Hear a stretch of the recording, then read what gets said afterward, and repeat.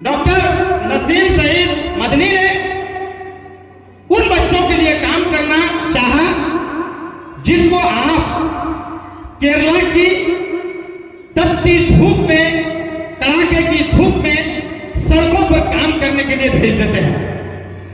Doctor साहब ने उन बच्चों के लिए काम करना चाहा जिनके कोमल और मुलायम हाथों को दिल्ली के मछली मंडी के गंदगी में दागदार करने के लिए भेज देते हैं। डॉक्टर साहब ने उन लोगों के लिए, उन बच्चों के लिए काम करना चाहा जिनके बच्चे आंध्र प्रदेश में पूरी पूरी रात तालाब में जाकर के अपने सपनों को पानी में बहाते हैं, इसलिए कि उनके गार्जियन को लालच होता है। ये गार्जियन जिस दिन अपने बच्चे को पैदा करते हैं उस दिन आप सोचते हैं कि दुनिया में सबसे अलग होगा हमारा बच्चा। आप सोचते हैं कि जिस बच्चे को हमने पैदा किया है उसकी खुशी में आप अकीका करते हैं, हजारों रुपया खर्च करते हैं और कहते हैं कि ये फूल है, ये दुनिया से अलग होगा, ये सब कुछ अलग कर देगा। लेकिन क्या हो जाता है, 8 साल 10 साल के बाद आप अपने बच्चों को गंदगी में काम करने के लिए भेज देते हैं, कड़ाके की धूप में केरला भेज देते हैं, पूरी पूरी रात जागने के लिए आंध्र प्रदेश तमिलनाडु भेज देते हैं। क्यों आखिर ऐसा संभव होता है? इसलिए कि आपके अंदर वो लालच है। आपके अंदर 8 साल 10 साल के बाद, जब 8 साल 10 साल का बच्चा होता है तो आपके अंदर वो लालच पैदा हो जाता है जिससे कि आप सोचते हैं कि हमारा हाथ बटाने लगेगा मेरा बेटा। क्या हो जाएगा? 2 साल 3 साल आपका बेटा हाथ बटाते हैं आपका, फिर शादी होती है, फिर आपका बेइज्जती करते हैं नहीं बेटा, फिर आप चिल्लाते फिरते हैं कि शादी हो गई, उसके बाद मेरा बेटा मेरे साथ नहीं। मेरे गांव में अगर किसी का 10 बेटा है, एक भी पढ़ा लिखा नहीं है, पूरी तरीके से सब जाहिल है और बहुत अच्छा पैसा कमा रहा है, आपको लग रहा है, तो चैलेंज है, हम आपको चैलेंज करते हैं कि उनका 10वां बेटा हमारे पड़ोसी गांव के एक मोहल्ला के एक बेटा के बराबर पैसा नहीं कमाता है। तो क्यों नहीं कमा पाता है?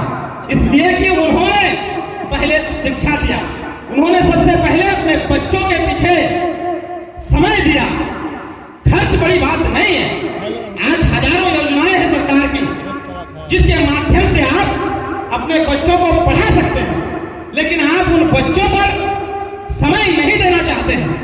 आप चाहते हैं कि तुरंत हमारा पैसा कैसे आए, तुरंत हम अपने लिए जमीन सुधारना लेना कैसे शुरू कर दें। इसीलिए आप अपने बच्चों को इन चीजों में मुब्तला कर देते हैं जिन चीजों में नहीं करना चाहिए। एक बात जान लीजिए, अभी भी आपके पास वक्त है।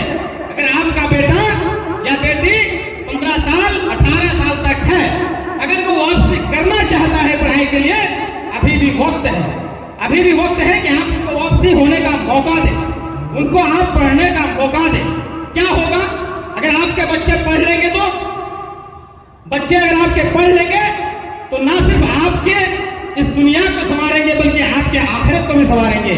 संगठन के लोग हैं, इस तरह के कदम उठाए हैं, उनको आप इज्जत देना शुरू करें और इस तरह से जो आलिम दीन हैं या शिक्षित लोग हैं समाज के, जो आपके लिए भलाई के लिए सोचते हैं, आप उनके बारे में कहीं भी किसी तरह से अफवाह वाली बात ना करें।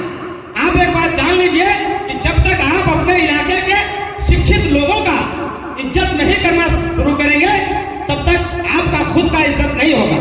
ईद की नमाज के बाद आपका खतीब और आपका इमाम एक चाय की दुकान में जाते हैं, जिनका खुतबा आप सुन करके आते हैं, जिनके पीछे आप नमाज पढ़ करके, ईद की नमाज पढ़ करके आते हैं, वो एक चाय की दुकान में जाते हैं तो 3-4 लोग ऐसे होते हैं जो उनके लिए कुर्सी तक खाली नहीं करते हैं। तो यह समझ लीजिए कि क्यों आपके बच्चे के लिए वो सोचेगा या आपके बच्चे के लिए क्यों काम करेगा। लेकिन फिर भी इन चीजों को छोड़ करके बच्चों के लिए काम करना चाहा। उनके पास समय कम था, फिर भी उन्होंने समय दिया, तो वे हमारे लिए, हम उनका शुक्रगुजार रहे। और हम अपनी बात खत्म करेंगे उससे पहले हम उन माओं को कहना चाहते हैं कि है दर्शगाहे अव्वले आगोश मादरी, है दर्शगाहे अव्वले आगोश मादरी, बच्चों से पहले माओं को तालीम दीजिए। मतलब जब इस प्रोग्राम के बारे में सोचा गया था तो यह फैसला हुआ था कि औरतों को इस कॉन्फ्रेंस में शायद आने नहीं दिया जाए, क्योंकि आगे हजरात आएंगे तो हो सकता है, लेकिन हमारी माँ और बहनों ने जिस तरीके से अपनी हिस्सेदारी दिखाई है, इससे यह साबित होता है कि तालीम के प्रति आप बेदार होना चाहते हैं। तो सबसे पहले माओ को तालीम देने का मतलब यह है कि आपका जो पहला दर्शगाह है वो माँ है, और माँ कौन होती है?